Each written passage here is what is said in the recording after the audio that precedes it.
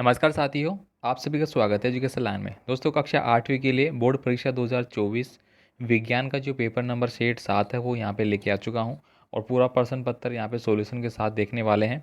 और जिन्होंने app download कर रहा है तो ये पेपर आपको ऐप पे भी मिल जाएगा, तो आप वहाँ पे भी इसको देख सकते हैं। तो चलिए स्टार्ट करते हैं सारा पेपर। पेपर स्टार्ट करने से पहले आपसे छोटी सी रिक्वेस्ट रहेगी कि चैनल को सब्सक्राइब जरूर करके रख लेना, ताकि आने वाले जो भी आपके पेपर होंगे सभी के वीडियो सॉल्यूशन के साथ आपको मिल जाएंगे। यहाँ पे देखिए, पहला क्वेश्चन आपको पूछा गया है, वह ताप जिस पर कोई पदार्थ जलना शुरू करता है कहलाता है।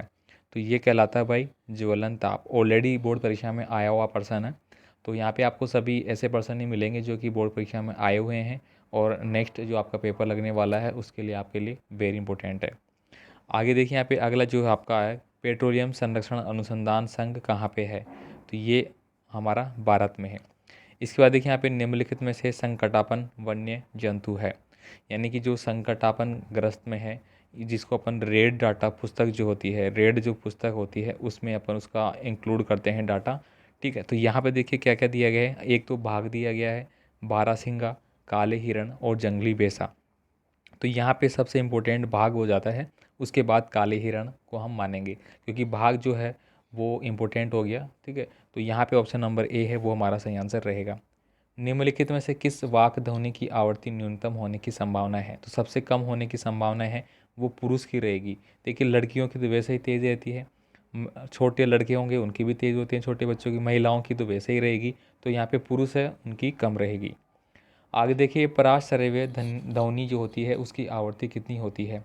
तो उसकी आवृत्ति होती है 20,000 से अधिक। ठीक है, पराश्रव्य मतलब जिनको मनुष्य नहीं सुनता सकता। मनुष्य किसको सुन सकता है? 20 से लेके और 20 किलो हर्ट्ज तक, इसके मध्य जो ध्वनि की आवृत्ति होगी उसको तो हम सुन पाते हैं, लेकिन इस 20,000 से जैसे ऊपर जाएगी तो वो पराश्रव्य में आ जाएगी, जिसको हम नहीं सुन पाते हैं। ठीक है, आगे देखिए, विद्युत चालन करने वाली अधिकांश द्रव किसके विलयन होते हैं।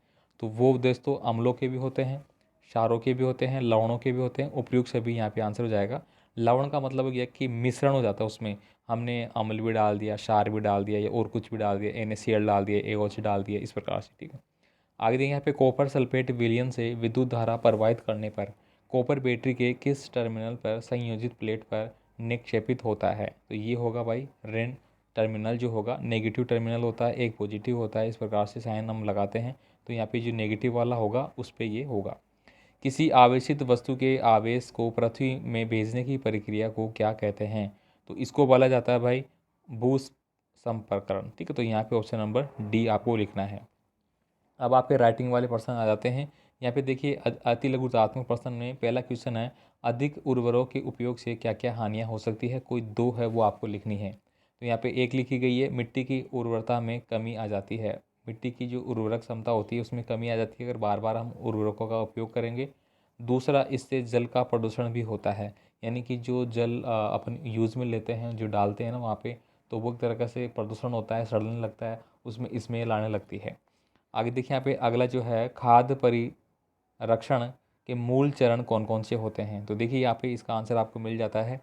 देखिए, खाद्य पदार्थों को खराब करने वाले सूक्ष्म जीवों और एंजाइमों को नष्ट कर देना, या ऐसी परिस्थिति उत्पन्न करना जो खाद्य पदार्थों को खराब करने वाले सूक्ष्म जीवों तथा एंजाइमों की वृद्धि एवं क्रियाशीलता के लिए अनुपयुक्त होती है। कोयला गैस क्या होती है, इसका उपयोग आपको बताना है। तो साथियों, आपको जितने पर्सन हैं सारे अच्छे से देखिए रिपीटेशन करते रहना है, रिपीटेशन करते रहना है। जो पढ़ रहे हैं आप उनका टेस्ट देते रहना है, जिससे कि आपकी जो तैयारी है वो मजबूत हो जाएगी। आपने कोई भी चीज़ याद की है तो उसका रिपीट ज़रूर करना। मैं ये नहीं कह रहा कि आपने मेरा वीडियो देखा है उसी को रिपीट करें, आप जो पढ़ रहे हैं उसको आप रिपीटेशन करें, क्योंकि बोर्ड एग्ज़ाम में आपको सफल होना है। तो यहाँ पे इसका आंसर आपको ये मिल जाता है, आप स्क्रीनशॉट ले सकते हैं। मशीनों में स्नेह का प्रयोग क्यों किया जाता है, it's a very important person. तो स्नेह का उपयोग क्यों किया जाता है, देखिए यहाँ पे, जब स्नेह किसी मशीन के गतिशील भागों के बीच लगाते हैं तो वहाँ उसकी एक पतली परत बन जाती है तथा गतिशील पृष्ठ सीधे ही एक दूसरे को रगड़ नहीं पाते हैं। इस प्रकार अनियमितताओं के अंत बंधन का अंत पाषण काफ़ी सीमा दूर हो जाती है, इसे गति सहज भी हो जाता है। यानी कि कुल मिलाकर जो घर्षण है उसको अपन क्या करते हैं, दो दो चीज़ों के बीच जो रगड़ होगी उसको अपन कम करते हैं, जिसको अपन फ्रिक्शन भी बोलते हैं इंग्लिश में। ठीक है, आगे देखिए, यहाँ पे आपको मिलान करना है। अब जो मलेरिया रोग है वो किसके द्वारा होता है भाई? प्रोटोजोआ के द्वारा होता है। पोलियो जो है वो वायरस के द्वारा होता है भाई। हैजा जो है वो जीवाणु के द्वारा होता है। हैजा जैसे कि अभी गर्मी आएगी तो गर्मियों में तरबूज आएगा, खरबूजा आएगा, ककड़ी वगैरह आएगी, ठीक। तो ये क्या होती है, अगर ज़्यादा गर्म होंगे ये और हमने इसको खा लिया तो हमारा क्या हो जाएगा? हैजा हो जाएगा। हैजा क्यों हो जाएगा? क्योंकि उसमें जीवाणु पनपने लगते हैं और इस वजह से वो हमारे को बीमार कर देते हैं। गेहूँ की जो रस्ट है वो कवक प्रकार का रोग कहलाता है। आगे देखिए फसल के बीजों का चयन किस प्रकार किया जाता है, तो ये देखिए यहाँ पे ये इंपॉर्टेंट है। इसके बाद देखिए निम्न को आपको सत्य और असत्य बताने हैं। यहाँ पे देखिए दहन के लिए वायु में कार्बन डाइऑक्साइड होना आवश्यक है, तो ये बात बिल्कुल गलत है। दहन के लिए क्या होना आवश्यक है भाई? ऑक्सीजन। क्या? ऑक्सीजन की आवश्यकता होती है। अगर ऑक्सीजन नहीं है तो दहन नहीं होगा, कोई भी चीज़ जलेगी नहीं। ज्वलनशील पदार्थों का ज्वलन ताप बहुत अधिक होता है, तो बात गलत है, अधिक नहीं होता है। आगे देखिए तेल में लगी आग को नियंत्रण करने के लिए जल का उपयोग नहीं करते हैं, तो बिल्कुल सही बात है भाई, नहीं करते हैं हम, ठीक है।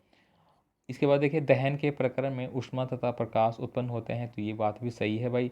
कोई भी दहन होगा, कोई भी किसी भी चीज़ का हम जलाएंगे तो उसमें ऊष्मा निकलेगी निकलेगी, जिसको अपन जो हीट एनर्जी होगी वो होगी। प्रकाश का उत्पन्न, प्रकाश तो होगा ही होगा भाई, जलेगी तो वहाँ आसपास रोशनी हो जाएगी।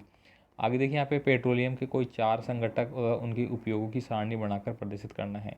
तो यहाँ पे देखिए ये आपको दे दिया गया है। ये आपके लिए बिल्कुल वेरी वेरी इंपॉर्टेंट आपकी परीक्षाओं के लिए, क्योंकि ये सारे ऑलरेडी आए हुए हैं। एलपीजी के बारे में प्रश्न आपसे ऑलरेडी पूछा गया है बोर्ड में, डीजल के बारे में पूछा गया है, ये सब चीज़ पूछी गई है, तो इसको आप रट लो, स्क्रीनशॉट ले लो। आगे देखिए वनोन्मूलन के कारण और उसके प्रभाव लिखना है, तो 100% आने वाला पर्सन ये रट लेना भाई, वेरी वेरी इंपॉर्टेंट है। तो यहाँ पे देखिए वनोन्मूलन के कारण है वो आपको मिल जाते हैं, इसके प्रभाव क्या होते हैं वो आपको यहाँ पे मिल रहे हैं, तो आप इसका स्क्रीनशॉट भी ले सकते हैं भाई, ठीक है। बाकी ऐप के ऊपर है वो ये सारी पीडीएफ फाइल ऑलरेडी अपलोड हो चुकी है।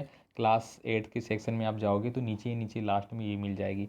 जो भी चीज़ें अपलोड होती है वो लास्ट में नीचे नीचे ऐड होती जाती है, तो आप जब भी ऐप को खोल के देखें तो आपको कोई भी पीडीएफ वगैरह देखनी होती है तो आप एक बार रिफ्रेश करके देख लिया करो, वहाँ पे आपको मिल जाएगी जो भी अपलोड होगी, है ना। आगे देखिए यहाँ पे रिक्त स्थानों की आपको पूर्ति करनी है, तो यहाँ पे कुछ वर्ड आपको ऑलरेडी दे दिए गए हैं, इन्हीं में से आपको यहाँ पे भरना है। कुएं से पानी निकालते समय हमें रस्सी को खींचना पड़ता है, तो भाई खींचना ही तो पड़ेगा, छोड़ेंगे थोड़ी यार। आगे है एक आवेशित वस्तु अनावेशित वस्तु को आकर्षित करती है। जैसे कि अनावेशित वस्तु यानी कि मान लीजिए कि जिसमें आवेश नहीं है, कोई भी इलेक्ट्रॉन नहीं है और जिसमें इलेक्ट्रॉन है तो उसको खींचेगा भाई, ठीक है। अगर अकॉर्डिंग टू मैं प्रेजेंट की बात करूँ, ठीक है, थोड़ा सा कॉमेडियन की बात करूँ, कॉमेडी के रूप में, तो वर्तमान में आप देखेंगे कि जो लड़की है वो किसको खींचती है भाई? लड़के को। लड़का किसको खींचता है भाई? लड़की को। तो ये दोनों क्या है, आपस में अलग है बिल्कुल, आप पता है ये इसको लड़की को अपन फीमेल बोलते हैं, लड़के को अपन मेल बोलते हैं, दोनों बिल्कुल विपरीत है। तो जो विपरीत चीज़ें होती है वही हमेशा एक दूसरे को आकर्षित करती है। क्योंकि आपने देखा होगा चुंबक का जो सिरा होता है एन और एस होता है, इन दोनों को मिलाओ कभी, अब दोबारा मैं एस और एन चुंबक लाऊंगा तो ये दोनों क्या करेंगे? एस एस दोनों को दूर करेंगे, लेकिन एन और एस आपस में मिल जाएंगे, क्योंकि विपरीत है तो मिल जाएंगे, सेम होंगे तो कैसे मिलेंगे भाई, ठीक है, समझ गए ना। थोड़ा सा कॉमेडी जाना चाहिए। अब देखिए यहाँ पे अगला है शुक्राणु एवं अंडाणु में अंतर है वो आपको बताना होगा। ये काफ़ी इंपॉर्टेंट है आपके लिए, क्योंकि इससे रिलेटेड आपके 2-3 प्रश्न बनते हैं हर बार, क्योंकि महिलाओं में क्या पाया जाता है, पुरुषों में क्या पाया जाता है, तो ये दोनों का आंसर आपको यहाँ पे मिल गया। जैसे नर युग्मन है उसमें शुक्राणु होते हैं, जबकि मादाओं में अंडा निर्माण होता है। शुक्राणु वृषण द्वारा उत्पन्न होते हैं, अंडाणु अंडाशय द्वारा उत्पन्न होते हैं। शुक्राणु सूक्ष्म एवं लंबी संरचना के होते हैं, अंडाणु बड़े और गोल संरचना के होते हैं। शुक्राणु गतिशील होते हैं, अंडाणु गतिहीन होते हैं। शुक्राणु गति करते हैं तभी तो आगे जाके अंडे से मिलते हैं, जबकि अंडाणु अपनी स्थिति में पड़े रहते हैं। वहाँ पे जब शुक्राणु आता है वो उनसे मिलाप करता है, निषेचन होता है, उसके बाद ये युग्मन बनता है। अब देखिए यहाँ पे कल्पना कीजिए कि यदि घर्षण यकायक समाप्त हो जाए या फिर एकाएक समाप्त हो जाए, जिससे जीवन किस प्रकार प्रभावित होगा, ऐसी 8 परिस्थितियों की सूची बनाई है। अब देखिए भाई घर्षण खराब हो जाएगा तो क्या हो जाएगा, तो यहाँ पे 8 चीज़ें आपको लिखी हुई मिल जाएगी। हम पृथ्वी की सतह पर नहीं चल पाएंगे। देखिए नहीं चल पाएंगे मतलब अभी तो चल रहे हैं, क्योंकि घर्षण कुछ लग रहा है हमारा, अगर घर्षण नहीं रहेगा, जीरो हो जाएगा तो हम फिसलेंगे, रुक ही नहीं पाएंगे, ठीक है। कागज़ पर लिख नहीं पाएंगे, कागज़ पर लिखेंगे कैसे भाई? फिसलेगी हर चीज़, फिसल फिसल के नीचे स्याही नीचे आ जाएगी, रुकेगी नहीं, ठीक। आप चीज़ें यहाँ पे लिख लेंगे। अब देखिए यहाँ पे 21 नंबर का प्रश्न है, क्या शुद्ध जल विद्युत का चालन करता है? यदि नहीं तो इसे चालन बनाने के लिए हम क्या कर सकते हैं? क्या तेज वर्षा के समय किसी लाइनमैन के लिए बाहरी मुख्य लाइन की विद्युत तारों की मरम्मत करना सुरक्षित है? ये प्रश्न आपको आप देखना कई बार आ चुका है ये आपकी परीक्षाओं में, ठीक है। अब देखिए इन दोनों का आंसर यहाँ पे आपको मिल जाता है, तो ये आपका आंसर ले लेना भाई। उल्लू रात्रि में ज़्यादा स्पष्ट देख पाता है जबकि चील दिन में, ऐसा क्यों होता है भाई? तो ये लो भाई, चील और उल्लू की कहानी पे आ गई यहाँ तो, विज्ञान में भी। अब देखो यहाँ पे उल्लू के नेत्र में बड़ा कोर्निया तथा बड़ी पुतली होती है ताकि नेत्र में अधिक प्रकाश प्रवेश कर सके। इसके साथ साथ इसके रेटिना में बड़ी संख्या में शाखाएं शालाकाएँ होती है तथा केवल कुछ ही शंकु होते हैं। इसलिए उल्लू के नेत्र मंद प्रकाश के लिए अधिक सुग्राही होते हैं। इसके विपरीत चील जैसे दिन पक्षियों के नेत्रों में शंकु अधिक तथा शालाकाएँ कम होती है, जिसके कारण वे दिन के तीव्र प्रकाश में अधिक सुगराई से देख पाते हैं। अब देखिए यहाँ पे 23 नंबर का प्रश्न है जो कि आपका सड़क सुरक्षाओं पे आएगा, आपका 100% 4 नंबर का। कोई शक ही नहीं है इसमें, तो रट लेना। अगर आप इसको भी नहीं रटते हैं तो फिर आप तो बिल्कुल बेवकूफ़ हो भाई, ठीक है। अब देखिए यहाँ पे शुक्राणु की संरचना को सचित्र बनाना है। ये 2 प्रश्न आपको यहाँ पे दिए गए अथवा में, तो दोनों के आंसर यहाँ पे मिल जाते हैं। सड़क सुरक्षा के नियम जो है वो आपको यहाँ पे मिल जाएंगे। शुक्राणु की संरचना है, शुक्राणु किस इस प्रकार का होता है जो कि किस में पाया जाता है भाई? पुरुषों में पाया जाता है, ठीक है। इसी से बच्चे का निर्माण होता है, ठीक है। तो यहाँ पे देखिए अब ये भी दोस्तों आपने पढ़ा होगा कि ये 2 टाइप के होते हैं हमारे, एक तो होते हैं एक्स और एक होता है वाई। पुरुष में दोनों होते हैं जबकि महिलाओं में एक्स एक्स होते हैं, मतलब महिलाओं में लड़की की संभावना ही रहती है, जबकि पुरुष में लड़की एक्स एक्स से मिलेगा तो लड़की होगी और वाई एक्स से मिलेगा तो लड़का होगा। ये डिपेंड करता है, ठीक है। अब देखिए यहाँ पे इसकी संरचना यहाँ पे बनाई गई है, क्या क्या होता है? सिरा होता है, मध्य भाग होता है, पूंछ होता है, बिल्कुल इसी प्रकार का होता है। जब आप प्रयोगशाला में 11वीं 12वीं में जाएंगे तब तो आपको खैर मिलेगा नहीं इस प्रकार की चीज़ें। जब आप पीएचडी लेवल में जाते हैं तो आपको वहाँ पे ये प्रयोग है वो देखने को मिलता है, उससे पहले नहीं मिलता है भाई, ठीक है। अब देखिए शुक्राणु किस प्रकार के होते हैं, आवर्तकाल वगैरह क्या होता है, ये कितने सेकंड के हिसाब से चलते हैं, सब कुछ दिया गया है।